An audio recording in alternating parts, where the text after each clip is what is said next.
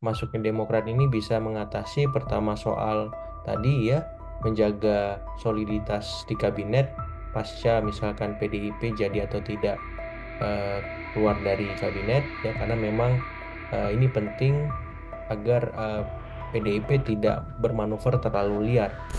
Namun dalam konteks Presiden Jokowi, kasus ini memang diambangkan, diendapkan begitu saja, dan saya kira pada waktunya ya ini akan akan terlihat bersama-sama secara eksplisit di depan publik, seperti apa nanti cara Presiden Jokowi keluar dari namanya dari PDIP. Apakah mengundurkan diri, apakah nanti langsung mendeklarasikan diri ikut bergabung ke Gerindra atau Golkar misalnya, ketika Demokrat yang tadi hanya sebatas persepsi ya dizolimi dan tidak tadi, ini sudah sebasuk dalam tataran aksi ya, Hmm. perbuatan nyata-nyata memang itu bertentangan dengan partai ataupun ketua umumnya ya. Jadi derajat apa dosa politiknya itu lebih berat ketimbang antara PDIP dengan Demokrat ya, dalam konteks ini PDIP dengan Presiden. Tribunnews on Fokus Tribuners, hari ini kembali menjumpai Anda bersama dengan saya Nila Irda. Tribuners, setelah masuk ke Kabinet Indonesia Maju, Ketua Umum Partai Demokrat Agus Harimurti Yudhoyono akhirnya hari ini bertemu dengan Kepala Staf Kepresidenan atau KSP Muldoko. Padahal diketahui keduanya sempat berseteru dan saling mengklaim kepengurusan Partai Demokrat. Lalu apakah kemudian ada peran Presiden Joko Widodo untuk bisa membantu rekonsiliasi antara AHY dan juga Muldoko ini? Saya akan membahasnya Tribuners. Sudah tersambung bersama dengan saya, Direktur Eksekutif Trias Politika Strategis, ada Mas Agung Baskoro dalam sambungan Zoom bersama dengan saya. Mas Agung, apa kabar? Sehat ya Mas ya? Alhamdulillah sehat Mbak Nila. Mbak Nila sehat? Sehat, terima kasih banyak Mas Agung menyempatkan Ya. waktunya untuk berbincang bersama dengan saya. Ini ada yang menarik hari ini adalah bagaimana sepertinya ini pertama kalinya kembali begitu ya AHY kemudian bertemu secara langsung tatap muka dengan Muldoko dan bahkan keduanya terlihat sempat berjabat tangan Mas Agung. Saya ingin minta pengantar terlebih dahulu dari Mas Agung, silahkan. Ya, ini sebuah potret yang positif ya bagi kabinet yang dipimpin oleh Presiden Jokowi di periode keduanya di tengah arahan ya gonjang-ganjing politik pasca Pilpres Mhm. ya, setelah Pak Mahfud mundur ya di tengah masa kampanye, kemudian diikuti adanya ancaman dari PDIP untuk menarik menteri-menterinya, ya potret kemesraan dalam tanda petik nih antara Pak Muldoko dengan AHY bisa menjadi angin segar untuk menjaga soliditas kabinet sekaligus agar kabinet bisa lebih fokus dalam menuntaskan beragam program ya, kemudian arahan strategis lain sehingga publik semakin yakin ya, ataupun kepuasan publik yang selama ini terkonfirmasi dalam banyak raihan ya approval rating yang tinggi atas kinerja Presiden Jokowi memang semakin terjaga, semakin kondusif, dan itu merupakan arahan baik untuk melanjutkan apa yang sudah direncanakan oleh Presiden Jokowi dalam arahan beliau untuk pemerintahan berikutnya atas nama Prabowo Gibran. Jadi Hmm. saya melihatnya ini positif ya, angin segar, dan harapannya ini bisa berlanjut secara praksis ketika nanti ada istilahnya sengketa-sengketa berikutnya antara Demokrat versi Muldoko dengan Demokratnya AHY gitu ya. Dan ke depan ya hal semacam itu tidak terulang lagi, sudah selesai dengan sering bertemunya dan hadirnya Presiden Jokowi dalam tanda petik nih sebagai juru damai dan juru Hmm. selamat ya bagi semuanya, seperti itu. Hmm. Ini artinya Mas Agung, momen Ya, pertemuan ini apakah kemudian bisa dimaknai dan juga menjadi simbol bahwa ya hubungan AHY dan juga Muldoko memang sudah melalui tahapan yang kemudian lebih baik dan bisa kembali akur gitu ya. Karena kan memang masalahnya terjadi beberapa tahun silam dan berlarut-larut juga pada saat itu. betul, betul. Belasan kali selalu berujung di meja hijau dan Ya. belasan kali pula AHY menang. Dan saya kira itu alarm bagi Pak Muldoko supaya tidak offside lagi ketika berurusan dengan Partai Demokratnya keluarga Yudhoyono, seperti itu. Dan yang kedua memang tadi kan ketika mereka bersalaman sebenarnya tidak sengaja ya Hmm, diambil potretnya oleh para pewarta seperti itu atas ya sapaan Pak Mul setahu saya dan kemudian di samping AHY ada Pak Hadi juga gitu. Jadi itu sangat spontan begitu cepat tapi penuh pemaknaan yang mendalam buat publik ya. Karena memang momen ini pertama kalinya terjadi setelah mereka saling bersengketa tadi belasan kali. Saya melihatnya ini sebuah ya arahan positif bagi kabinet dan saya kira belum ada mungkin dari Presiden Jokowi sebuah semacam aksi konkret ya. Dan ini semuanya terlepas secara tidak langsung semuanya. Artinya ketika Presiden Jokowi turun tangan dalam artian secara langsung memang mendesain ya untuk membuat AHY maupun Pak Muldoko duduk ya dengan sama sama rata gitu ya dalam konteks ngobrol bareng ya saya kira akan banyak hal positif yang bisa yang dia bisa dihadirkan dan bisa diciptakan mereka berdua baik dalam konteks untuk Demokrat maupun dalam konteks yang lain. Tapi hmm, sementara ini memang fokus Presiden Jokowi kan bagaimana melakukan rekrutmen ataupun reshuffle untuk mengisi pos yang ditinggalkan oleh Pak Mahfud ya. Yang kedua juga untuk menjaga soliditas kabinet, yang ketiga juga untuk mengakselerasi ya capaian-capaian di khususnya di ATR ya soal sertifikasi tanah seperti itu maupun di hmm, Polhukam ya, jangan sampai pasca pemilu stabilitas nasional kita tidak terjaga. Jadi sementara ini memang fokus Presiden Jokowi ke sana dan arahan untuk Demokrat ini mungkin sifatnya tidak langsung saja. Sehingga hal spontan tadi yang kita lihat saat Muldoko maupun AHY bersalaman.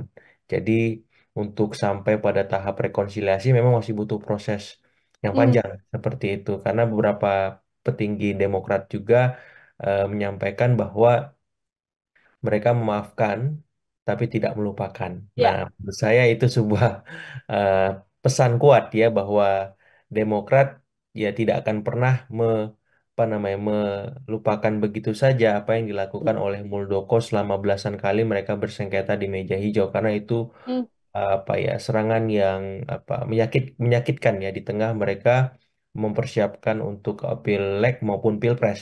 Nah, kalau memang tidak hati-hati kemarin menyikapi arahan dari Pak Mul soal Demokrat yang dipimpinnya versinya ya seperti itu kan bisa membuat Demokrat terbelah dan khawatirnya malah tidak lolos parliamentary threshold seperti itu dan fokus mereka untuk Pileg dan Pilpres terganggu. Nah, syukurlah ketika Pileg dan Pilpres sudah dilalui, Demokrat ternyata tetap terjaga suaranya, ya walaupun belum bisa masuk dalam tataran tiga besar, tapi minimal mereka masih bisa memenuhi ambang batas, mereka masih hmm, bisa berperan strategis di Pilpres, dan berikutnya saya pikir ini juga menjadi milestone buat kepemimpinan AHY di Demokrat ya. Nah, kemudian nanti portofolio baru beliau di ATR gitu. Jadi eh, prahara yang menimpa Demokrat kemarin memang akhirnya membuat Demokrat makin terkonsolidasi dan saya kira ini bisa menjadi masukan buat Pak Mul juga ya untuk ngomong secara terbuka langsung kepada ketua umumnya secara resmi AHY gitu hmm, tentang apa maksud dan tujuan beliau selama ini dan bagaimana ke depan relasi yang akan mereka bangun saat bekerja sama di kabinet. Seperti itu hmm. Mbak Nika. Oke, artinya ini salah satu langkah awal yang cukup baik ya, Mas Agung ya, Ya, untuk kemudian bisa membawa Demokrat dan juga Pak Muldoko ini menjalani hubungan yang lebih baik dibandingkan dengan problematika yang terjadi sebelumnya. Ini betul. dengan tangan bantuan begitu ya dari Presiden Ya, Joko Widodo. Ini bahkan setelah rapat kabinet tadinya Mas Ahaye mengatakan, ya kami memang tidak ingin memperbesar masalah yang sudah selesai begitu ya. ya. Sementara Pak Muldoko mengatakan ya tidak apa-apa bersalaman karena memang sekarang sudah menjadi rekan satu tim. Bagaimana kemudian sikap kedua tokoh besar ini? Apakah juga bisa dibaca sebagai salah satu bentuk keberhasilan Presiden Joko Widodo untuk membantu merekonsiliasi hubungan antara keduanya, Mas Agung? Iya, ini ibarat kata eh, 2-3 pulau terlampaui istilah Hmm, pepatah itu ya. Sehingga memang apa yang dilakukan Presiden Jokowi ini sebenarnya target utamanya bukan mendamaikan Demokrat ya, tapi bagaimana mengisi kekosongan kursi yang ditinggalkan oleh Prof Mahfud seperti itu. Tapi memang banyak efek-efek politik yang kemudian mengemuka dan salah satunya AHY masuk ke kabinet dan bertemu dengan Muldoko untuk kemudian bisa menggagas rekonsiliasi politik. Nah, saya kira ini salah satu bentuk keberhasilan tidak langsung Presiden Jokowi ya, yang memang ke depannya bisa juga direplikasi untuk konteks yang lain. Misalkan bagaimana bisa beliau mencapai titik temu dengan PDIP dan Ibu Megawati misalkan, atau bagaimana kemudian beliau membangun apa namanya arahan yang positif ke kubu 01 maupun kubu 03 setelah nanti beliau sebelum beliau purna masa jabatan misalkan, sehingga memang suasana kebatinan elit maupun masyarakat secara keseluruhan kembali seperti sedia kala sebelum Pilpres berlangsung. Nah, jadi hal-hal semacam itu saya kira penting kita pikirkan bersama agar pasca pemilu semua energi positif, energi kolektif bangsa kita bisa diarahkan untuk membangun bersama-sama negeri ini ya. Karena kalau memang terus fokus pada berkompetisi ya, kemudian saling serang satu sama lain ya, ini memang kontraproduktif dan harapannya itu tidak terjadi lagi. Dan ini sebuah sinyal juga bahwa dibanding dua pilpres sebelumnya ya 2014 dan 2019, 2024 relatif lebih kondusif, lebih terkontrol, polarisasi sosial juga dalam konteks ini relatif terjaga, dan ini sebuah apa catatan positif, walaupun banyak hal-hal minor lain yang perlu kita benahi ya, supaya apa suasana ya kebatinan masyarakat kita ya, kepuasan publik atas kinerja penyelenggara pemilu semakin bisa ditingkatkan. Nah, saya kira memang hal lain yang perlu diperhatikan Presiden Jokowi adalah bagaimana menjaga performa menteri-menterinya ya di Hmm. tengah isu politik yang sangat kencang habis Pilpres ya, utamanya dari kubu 03 maupun kubu 01 yang saya kira memang akan melihat hasil real count KPU nanti seperti apa dan bagaimana mereka kemudian merespon ketika memang dinyatakan resmi oleh real count KPU bahwa pemenangnya adalah kubu 02 yakni Prabowo Gibran. Seperti itu, Mbak. Hmm. Ini menyangkut bagaimana tadi serangan yang juga dilancarkan ke kabinet Presiden Jokowi begitu ya, Ya, Mas Agung, kan banyak pihak yang kemudian menduga begitu masuknya AHY ke koalisi. Ini juga untuk membendung isu soal hak angkat DPR di antaranya yang kemudian ya. digulirkan oleh koalisi 03 dan juga 01. Apakah Mas Agung juga melihat hal yang serupa yang sedianya ini di balik layar sedang dipersiapkan oleh Presiden Jokowi atau seperti apa, Mas? Ya, langkah maju Presiden Jokowi untuk menarik AHY ini memang penting karena agar tidak terlalu bergantung dengan PDIP sebagai Hmm. salah satu pendukung partai pendukung pemerintah ya Mbak ya. Jadi kalau misalkan PDIP akhirnya menarik menteri-menterinya yang diawali dengan menarik Mahfud, maka masuknya AHY dengan Demokratnya ini akan banyak sangat membantu agar memang situasi eksekutif dan legislatif di parlemen tetap dalam posisi eksekutif sebagai mayoritasnya gitu ya. Terlepas nanti PKS bergabung atau tetap di luar pemerintahan di masa Presiden Jokowi ini, saya kira masuknya Demokrat ini bisa mengatasi pertama soal tadi ya, menjaga soliditas di kabinet pasca misalkan PDIP jadi atau tidak eh, keluar dari kabinet ya, karena memang ini penting agar PDIP tidak bermanuver terlalu liar ya. Hmm. PDIP tidak terlalu jauh melakukan arahan-arahan yang sifatnya mengganggu konsentrasi Presiden Jokowi sebagai kepala negara maupun kepala pemerintahan.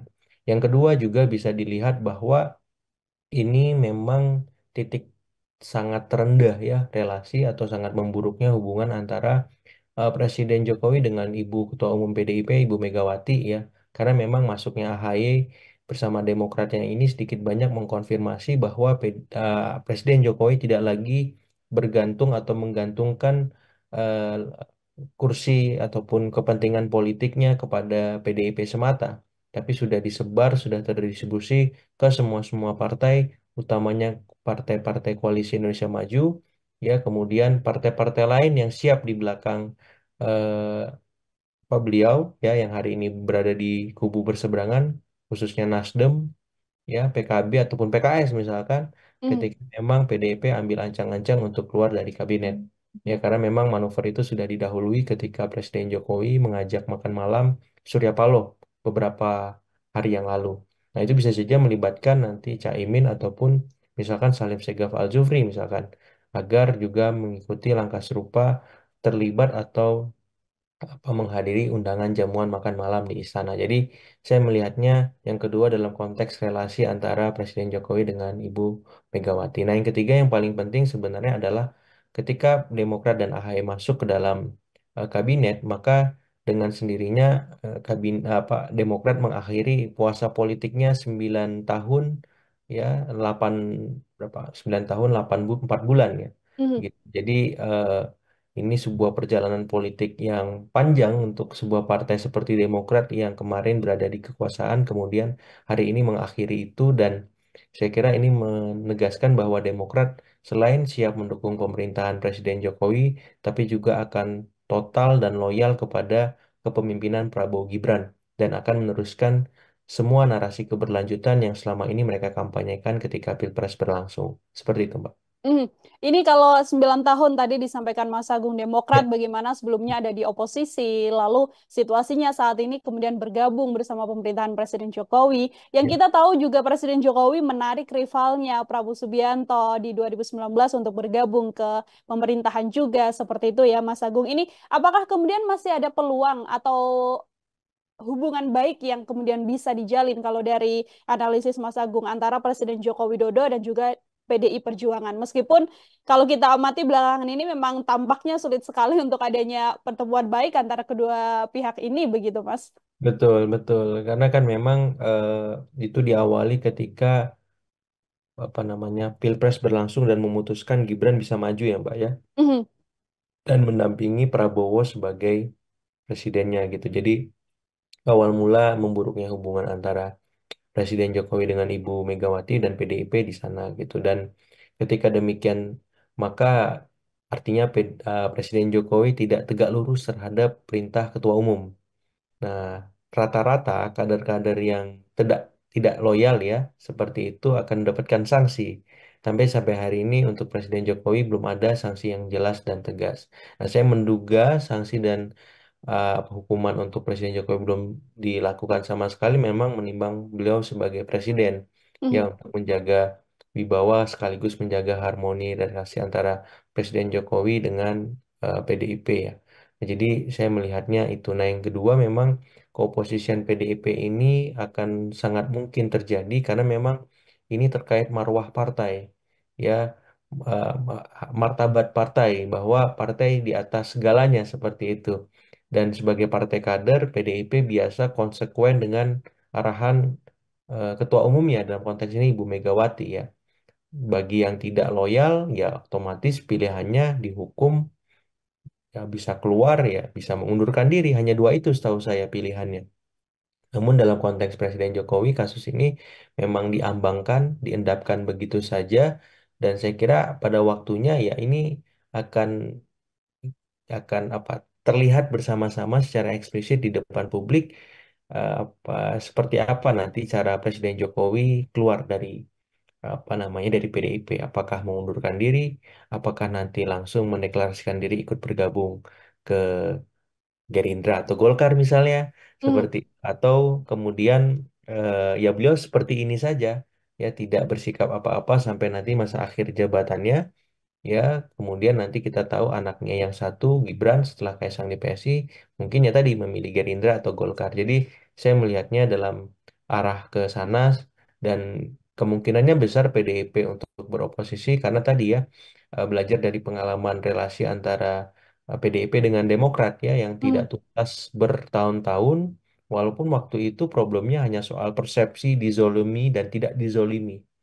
Ya, baru sebatas persepsi itu. Tapi dalam konteks Presiden Jokowi dengan PDIP ini bukan lagi persepsi dizalimi atau tidak dizalimi, tapi sudah dieksekusi menjadi sebuah tindakan yang sikap politiknya berbeda jauh, malahan berhadap-hadapan, ya.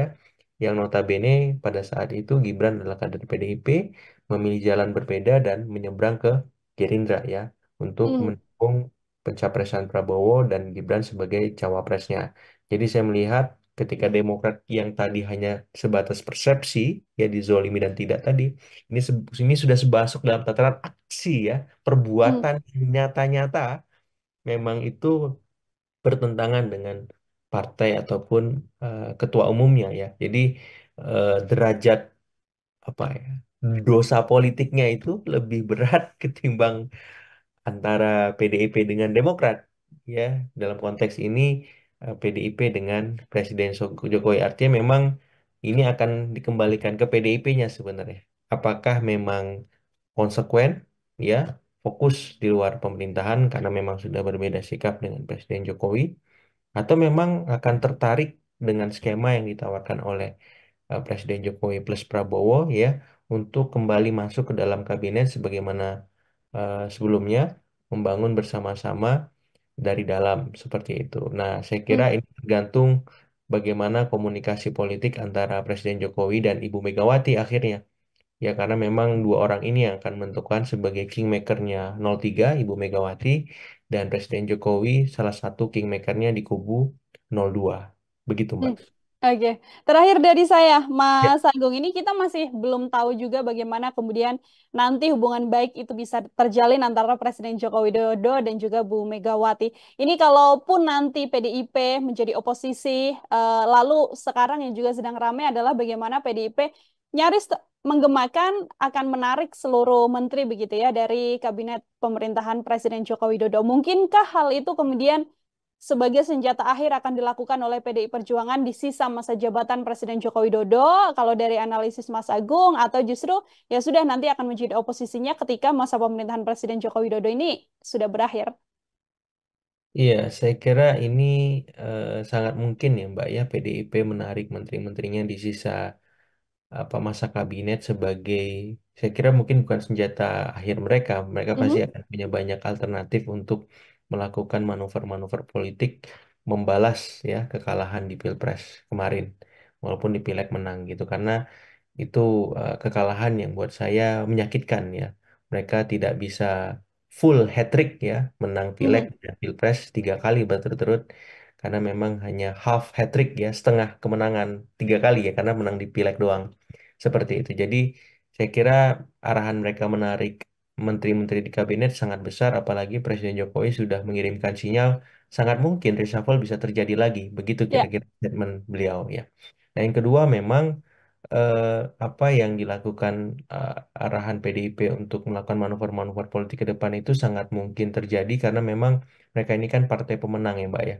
Gitu. Biasanya mereka punya banyak skenario, mereka punya jam terbang tinggi politik untuk memastikan bahwa kepentingan politik mereka 5 tahun ke depan tidak terganggu ataupun diganggu. Nah, itu yang saya kira akan mereka jaga, posisi tawar itu yang akan berusaha mereka kembalikan termasuk saat mewacanakan hak angket atau hak interpelasi. Mhm. Ya, sedikit banyak itu hanya saya melihatnya sebagai pengembalian posisi tawar, ya bahkan gertak sambal dalam artian memang dalam kondisi seperti sekarang di mana kubu 01 juga menunggu bagaimana arahan PDIP untuk bersikap secara jelas dan tegas, ini menjadi apa wacana saja. Tapi kalau memang mereka bisa merangkul ya kubu 01 dan bersama-sama dalam tanda petik mensukseskan hak angket, itu akan menjadi sebuah babak baru ya bagaimana politik tanah air pasca Pilpres 2024.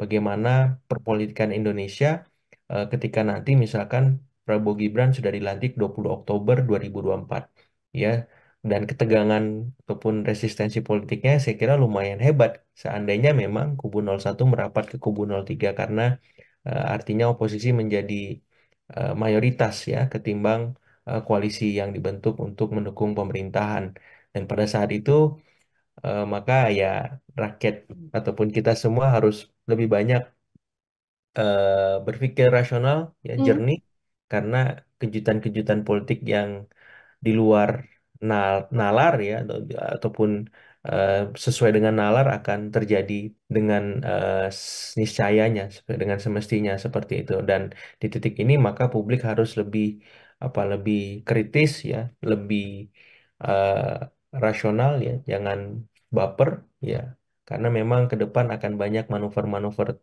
lainnya yang akan mengemuka dan sedikit banyak akan membuat gaduh ya, hiruk pikuk Hmm, politik Indonesia bakal mengemuka dan terjadi secara intensif seperti itu, Mbak. Oke, baik. Terima kasih banyak, Mas Agung Basoro, Direktur Eksekutif Trias Politika Strategis, Tribuners, menemani kita dalam diskusi dalam program Tribun Insan Fokus. Mas Agung, terima kasih banyak untuk Sama-sama, Mbak waktu Nila. dan kesempatannya. Semoga di lain kesempatan kita bisa berbincang kembali. Selamat beraktivitas kembali, Mas Agung. Iya, Mbak Nila, selamat beraktivitas juga. Mari. Ya, Tribuners, demikian obrolan saya dalam program Tribun Insan Fokus hari ini. Nantikan obrolan saya lain dengan narasumber-narasumber lain dan juga tema-tema lainnya juga. Saya Nila Irde pamit undur diri. Terima kasih dan sampai jumpa. Download Tribun X sekarang. Menghadirkan lokal menjadi Indonesia.